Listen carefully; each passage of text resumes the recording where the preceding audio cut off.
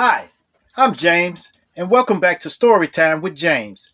Make sure you like, subscribe, and leave me a comment if you like. All right, this one's called I Gotta Go. Hmm. Yeah, look, when I was like 21 back in the day, I had this job where it was like they made dishwashing liquid, like Palmolive, Jergens, and stuff like that. So I was very happy to have the job. So this was in Chicago, all right. So so I was getting familiar with this job, I was getting familiar, and I worked there for like it was going on 8 months. So I knew the whole layout of the whole plant and everything like that, and I thought people liked me. But one day I was late because I was out partying. Okay, so I was late to get to work. So after that day, they didn't say nothing to me when I got in there. I was supposed to have been there at 6 a.m., but I got there at 7. They didn't say nothing. The next day, the same thing. The next day, the same thing. So it became a trend with me, being late. So sooner or later, more sooner than later. Yes. My boss pulled me to the side and said, "Hey, you can't be late no more, okay? Now I'm giving you a verbal warning." That's what he told me. "I'm giving you a verbal warning. You can't be late no more, okay?" I said, "Okay, okay. I'm not gonna be late." You know. He said, "Yeah, yeah. You said that a handful of other times." I said, "I know, I know, I know." So I tried to go to sleep early. You know. Still, I woke up late again. I was asleep, laying there asleep. I woke up and I can remember it felt so good in my room. It felt so good, and I was like, and I woke up. I said, hmm. I glanced at the clock, and I don't know what I was thinking, man, but I thought it said 5 something, but it said 6 o'clock. So I said, man, I'm gonna sleep 15 more minutes. Went to sleep, woke up. It was 10 minutes to 7. And I had to ride like an hour to get to work. So I woke up. I said, "Oh my goodness, no, no, oh. I was hitting myself and everything." So I got up and I was, and I made it there. Like that was an hour ride. I'm telling you, I made it there every bit of 30 minutes. Didn't make no difference though, because he still called me in the office. When I got there, he called me immediately. He said, "Come to the office." And I was looking sad and stuff. And he said, "James, I'm sorry I got to write you up." He wrote me up a coaching counseling. Okay. So I didn't think that was that bad, but it was a write up though. He said, "Coaching, I'm writing you up a coaching counseling. All right. So I'm going to counsel you. I'm going to write you up." So after the coaching counseling, he told me, he said, "Hey, if you write up again, if you miss again, if you late at all, if you are late at all, without excuse, you you're going to get suspended." So I said, I said, okay, okay. So the next day, in true James fashion, I was late again. I I was late again. And I liked this job. I really liked it. But I just couldn't get my butt up. And that was the only shift that they had, you know. They didn't have like a midnight shift or evening shift. That's the only shift they had. You have to get up at clock 30 in the morning. I had to get up at 4 or something to get ready, to fix my lunch, and then go. But once again, I got there and he suspended me. He suspended me. Then he told me, he said, if I got to do this again, you out of here. You out of here. So they suspended me for 3 days, you know. 3 days suspension without pay. And that was kind of killing me there because 3 days suspension, you know, I was getting 80 hours every 2 weeks, you know. And he suspended me for 3 days, you know. So after those 3 days, I sat around the house, man. I didn't know what to think, you know, or what to do because I was usually at work around the time. So I would wake up every day at 4, 5 o'clock in the morning and didn't have to go to work. After those 3 days, I went back to work and I put in some work, boy. I was working the best I could, you know. And then the day after that, once again.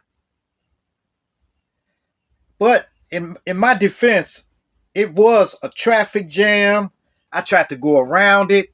Then I got held up that way. Then something else happened like this on my way to work.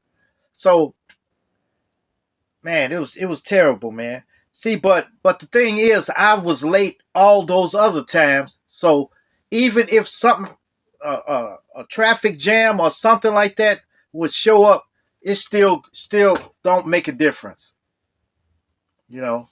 So I was still late, and I made it there. I made it there, but I was late, like 20 minutes late. So I made it there, and I got in there, and I didn't see the boss wasn't there. He was there, but he wasn't in the area. When I came in, I got to work, stacking stuff, and you know I stack stuff fast. So if he would have came in there, he would have it would seem like I was there, you know. But I tried to pretend like I didn't even clock in, you know, when I got there. So I tried to tell him. I said, "Hey, I was running late, so I ran straight on in, went to work, went to work." And he said, "Mm-hmm, mm-hmm." But there was another uh, foreman at the gate when I came flying barreling in there, and he the one that told him. He called and told him that I was just making it there. So I had lied about, you know, that because I didn't clock in, you know. So man, I put in work that day too, man. I was working. I stacked more boxes than I ever stacked. But still, at the end of my shift, he called me in his office. And I was scared, man, because I knew something was going to happen. I said, oh, man, oh, boy, oh, boy. So he called me in his office and he said, James, look, I like you, man. I like you. I said, yeah, I love this job too. I love this job too. It still didn't make no difference. He said, now I got to do this. I got to do this, and it's it's it's not really not me doing this, but I have to do this to you. All right. So I'm gonna have to ask you to turn in your name tag and everything. I said, so I'm suspended again. No, you're not suspended. You're terminated. And man, I said, look, man, look. Look. I tell you, man, I will come in. I will be here. I will be here. He said, no, no, no more, no more of this, James. This you just not cut out to be punctual, you know. And I said, man, I was so it messed me up inside, man. I was like, oh man, I said, look, you can go on and why don't you just suspend me for 3 days and then give me another chance. He said, no, I'm suspending you forever. Oh man, that really hurt me, man. It was because then I felt as if I let my family down because I just had a newborn. We had an apartment and everything. And bills were coming around and everything like that. So I said, oh my goodness, what am I gonna do? So I said, well, can I reapply for my job back? They said no, no. And everybody in there, like when I came to work, everybody in there wasn't talking to me. So that's what was kind of strange. So that kind of put something in my head that something was going to happen. Yes, nobody was talking to me, you know, or they very vague, you know. They said, "Yeah, oh, okay." So then I drove home, man. Dude, that was the saddest time. And then all these sad songs was on the radio. Been a long way from now. I never, you know, alone again. Naturally. You know, it was just playing some sad songs, you know. So I said, "Oh my goodness!" Then I got home and I got in the house and I just kept thinking about it, kept thinking about it, and man, I said, "How am I gonna tell everybody that I lost my job?" And I bragged about the job and everything, you know. But I let myself down, you know. I let myself down. I realized that, but at the time, I thought they let me down. The job, you know, everybody at the job. But it was just me. It was me. I couldn't make it there on time. Everybody else was there on time. I couldn't make it there on time. Man, I uh I was kind of depressed, you know, for a couple of days, you know. And then I had to pull myself up by my bootstraps. And I said, hey, I got to get back on this horse and ride, you know. Or sit here until the bills absorb me and until everything gets shut off and we get put out of here. So I had to go get another job, you know. And that job, after that, no more.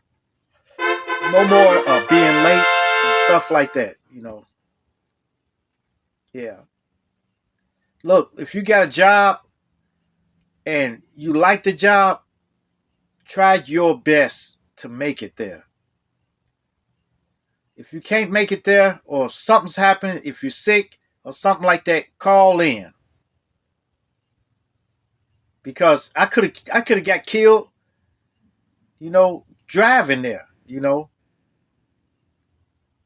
You know, driving fast, real fast. I could have got a ticket. I could have got pulled over or something like that or crashed, you know. When I could have just called in, you know. Or better yet, get my butt up and get there. You know, that's what grown folks do. But I still remember that day. I still remember how I felt that day. It was sad, man. It was a sad feeling. It was. All right, you guys.